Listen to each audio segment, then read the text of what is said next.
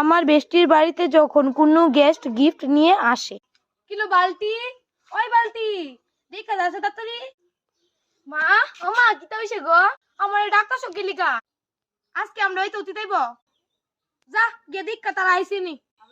আচ্ছা আমি দেখাই তারা আয় না দি মারি গিয়ে কই। মা তারা আয় না কো অক্ষণ না গিয়ে গিয়ে সৎকা লিগা যা একটু গিয়ে দাঁড়াইয়া দেখা আয়নি। এ ফিউ মিনিটস লেটার, মানে কিছুক্ষণ পরে।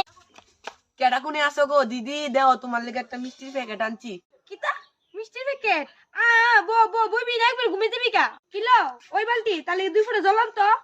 নো মামা জল দে নো। মা ও মা, মামা লিগে মাংস তরকারি রান্ধো, মামা আজকে না খাইয়া গেলে। আচ্ছা অতজন কইতাছ খাই যামু।